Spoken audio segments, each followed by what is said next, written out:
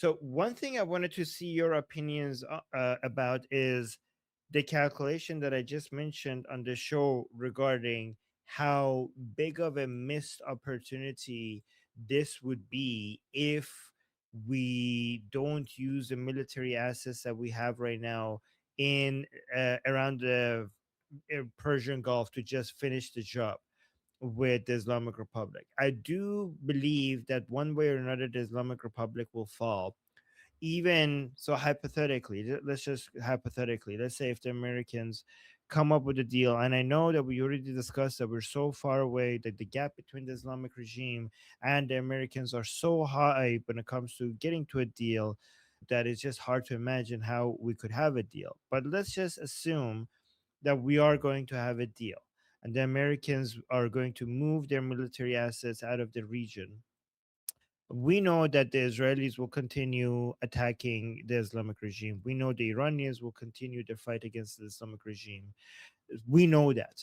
And we know also, even if the Americans leave the region, at some point they would have to come back because of all of the because of the nature of the Islamic Republic. The Islamic Republic is such a threat to American interests and global interests that if the Americans leave right now, at one point they need to come back to finish the job. And that's why the combination of all of this shows that the Islamic Republic at one point will collapse. However, that would be the most costly way of doing this. If we do a deal and abandon this time, this like saying, well, now it's not the time, that means that historically we have lost the greatest opportunity in history to finish the job with the Islamic Republic, because of 2 points. We have never ever had a situation where the Islamic regime was as weak as it is right now. We're uh, that's one.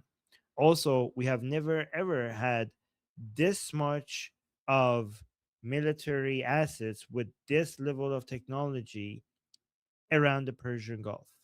So that's why it makes absolute no sense to wait for another time to do this. If we do that, the cost associated with getting rid of the Islamic Republic will be significantly higher than the cost that we have right now. The Islamic regime will use that time to recover. It will learn from its mistakes. It will learn new oppression tactics, the suppression of the Iranian people, suppression tactics of the Iranian people.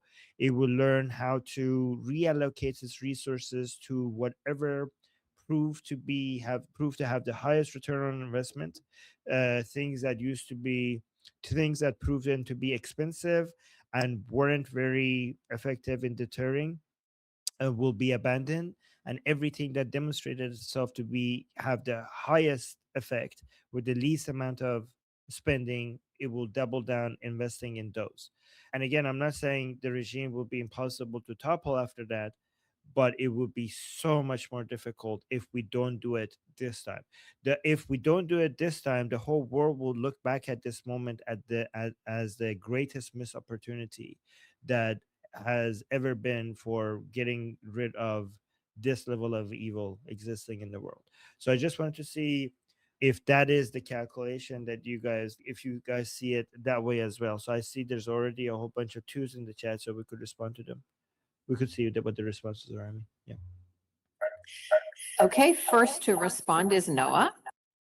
Yeah, I think President Trump knows that if he does not respond militarily and takes down the regime, that's his presidency, because then he'll be known as, oh, well, I'm one of those presidents who tried and failed, and he knows he can't do that. Also, the fact that we have so many military assets there and they haven't left yet says they're going to do something. And also, going along with your point about Israel will attack even if we leave. Who's not to say the Kurds in Iraq will storm in and attack? I think President Trump is one of the main reasons why the Kurds haven't gone in and then start to carve up parts of the Iran part of Kurdistan and other parts. So this is one So I completely 100% agree with you, Armin. President Trump has to get this right. And I do believe there'll be military action sooner than later. So 2 points. First of all, we shouldn't call those groups Kurds. They're separatist groups. Like you could say Kurdish separatist groups. I just don't want to refer to them as You're the right. Kurds. It's okay. Let me Right. finish before. Let me finish. It's okay. It's okay. Let me just talk. Thank you. And I know you know that. No, I just don't worry. Like, don't worry if you forgot to mention that. Don't worry about it. Okay. So I just want to make sure that we always are accurate about this. Okay, because Noah, you know that you already know, and don't worry about it, Noah, when you get this wrong, because when you watch the news, they repeat these so many times that sometimes it just becomes a habit to just repeat what the mainstream media is saying.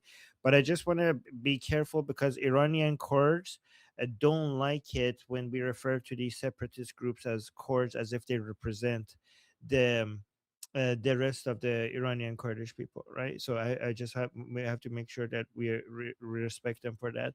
And also, these separatist groups, they're not militarily significant enough to have much of an influence against the Islamic regime. They're actually really pathetic, and they don't have the numbers, and they don't have enough military assets to be that big of a difference maker, right? So just that. But yeah, everything else I agree with. Yeah. And thank you, Noah. You're welcome. Okay, next to respond, we have Jeffrey. So all good points and observations. I'm going to elaborate on some of them. So first, the regime as it existed prior to February 28th is already dead.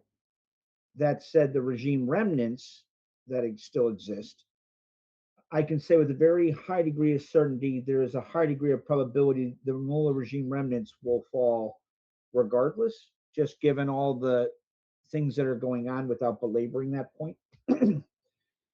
That said, without a comprehensive airstrike to help expedite that fall, to eliminate the regime remnants, that cost will be higher. That being said, there is any number of other supplemental lines of effort that can work, that need to work, and is being pursued in conjunction with U.S. national efforts, and or as a supplemental to those efforts, and or as a insurance policy should there be national like the national policies go a different way. Not the least of which is track 2 material support efforts, as well as actions or enabled by other co-aligned actors, other anti-Mullah co-aligned actors. So they named, a lot of you named some of them, like Israel, Gulf states, Ukrainian Defense Forces. Remember, President Zelensky is one of the first, he might have been the first one, that recognized His Highness Prince Reza Pahlavi and the transitionary government as a government in exile.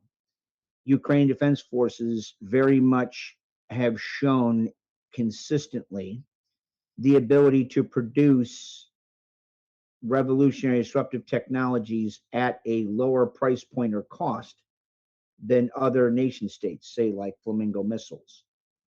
So, for instance, having a state actor that is aligned with you and shows a willingness to support you with that capability might translate into something like, wow, all of a sudden there's like money like collected throughout the anti-Mullah diaspora, and it supports efforts like a mass strike via long-range Flamingo missiles against Mullah remnant centers of gravity. That's actually very doable. I'm just using that as one of many examples of other efforts that are being pursued and will ultimately have to be pursued independent of what happens at the national level, because ultimately the final nail in the Mullah regime's coffin will come from the Iranian people. That said, as Armin said, the question is how to do that in a manner that it costs the least for Iranian people and or United States-led Western alliance. So all the good guys. Okay, finally to respond, we have Sketch. There are many reasons why a deal isn't possible. I would say when Trump says, I hate you, you're the worst, you're ugly and you're fat, you're probably safe. When Trump says, I love you, you're the best, we got to go to Disneyland together, you're going to die. So, okay, so you got to take that into account. What I would say is we have talked before about the 32 regional commanders. These 32 regional commanders have some, we talked also before about the mosaic defense pattern, which means they don't need a central command to operate, which is a great feature. If you're having trouble with a communication, it's also a bug if you want to make a deal, right? Armin spoke of this before. I'm taking this directly from Armin because he said it wonderfully on Iran Revolution Live, which everyone should watch. And these regional commanders make it very difficult to have a deal because the people talking to Trump might say, yeah, let's do this. And then one of the 32 doesn't like the deal, or someone above him doesn't like the deal, and they're not all aligned at the top. And someone shoots a missile and basically shoots the deal down. All right. So that's very important. And there's other reasons the deal can't be done. Trump can't accept a deal because any deal that allows uranium enrichment and them to keep the material would be a loss. And he can't have that political loss, not only as a president for his longstanding reputation, he can't have that for the election that's coming up in the midterms, right?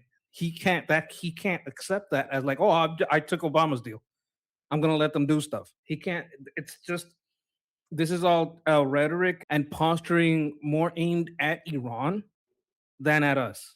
This is more we're about, like, the fog of war than it is the reality of what happens. If we were going to bomb them, we're not going to say, hey, I'm going to bomb you tomorrow like at 3. We're going to say, no, we're really close to a deal. Things are looking great. And bam, I've given this example before.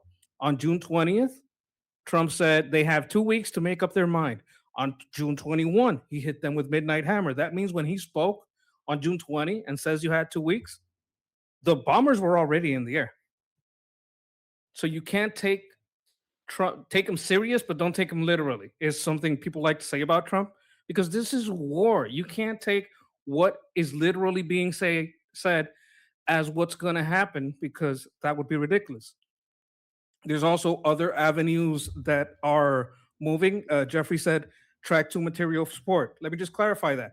That means support for the infantry, anything an infantryman needs, uniforms, medicine, bullets, supplies, anything, food, anything a soldier needs, that's already moving. And that also includes drones, right? These things are moving. Ukraine already had a meeting like Pavlovi. That's just evidence of that, like points on a graph that draw a line to things are happening. I also saw a report that there are pylons on the B-1. They also call it the bone because B-1 spells out bone. The B-1 bomber that have supersonics. The first time the B-1 has flown with supersonic missiles on it. That's just been spotted. This is something new. The B-1 never had supersonics on it before. This supersonic missile program had kind of been, on its way down. People were like saying, maybe this isn't necessary. Ever since this war, it's been revived, it's been updated, and now it looks like they're about to test it. Because that's why you do that. So there's a lot of things happening that you got to see what equipment and personnel are moving when you want to draw the distinction about what's going to happen. What's being said matters very little compared to what's moving on the ground, in the air, and in the sea. Okay, next to respond is Shauna. She was swapping devices, so how about Armin? Can you hear me? Very I'm good. here. Okay, perfect. Yeah, I'm in. I just wanted to point out too that something that Trump's going to have to deal with, that I think that this group sometimes can overlook, is the voter base is also losing its patience. And I know that we might be frustrated with that because we see this as it's only been 6 months, we need to finish the job. But like listening to truckers and to farmers and to middle of the country people, they're pissed off, they're frustrated, they're taking a hit. And I got to reiterate, it's always them that has to take the hit, and then they're kind of given the shaft a lot of times. That's how they feel. And people vote more on their feelings rather than, you can tell them the facts so they're blue in the face. How they feel is how they feel. And so, like, it's nice to be like, yeah, we have to make this sacrifice. Bill O'Reilly said that on a interview recently. And I, this is not to shit on Bill O'Reilly. It's just that's really easy for him to say, who has a really comfortable life. That's a lot harder for like people in the middle of the country who are dealing with farm foreclosures or who are having to spend $600 every time they have to fill up their tank of gas, and their tanks only get 100 miles to the gallon, and they're long, the cross country truckers. So I just kind of wanted to point that out as something that I just think that when we're talking about this Iran situation and how we're going to wrap this up, and Trump in the midterms, we have to take those people into consideration. They're not coastal people. There's, to them, it just feels like another foreign intervention that they don't understand. So Okay, Armin, finish us off. Yeah. So I just had 2 super chats that Aryan is saying, let's please not say the regime is dead. It's not. I agree. It's not dead at all. It's weakened, like has been severely weakened, but it's not dead. Also, we have Fleshy Interloper saying, is this a delay for insurgency preparations?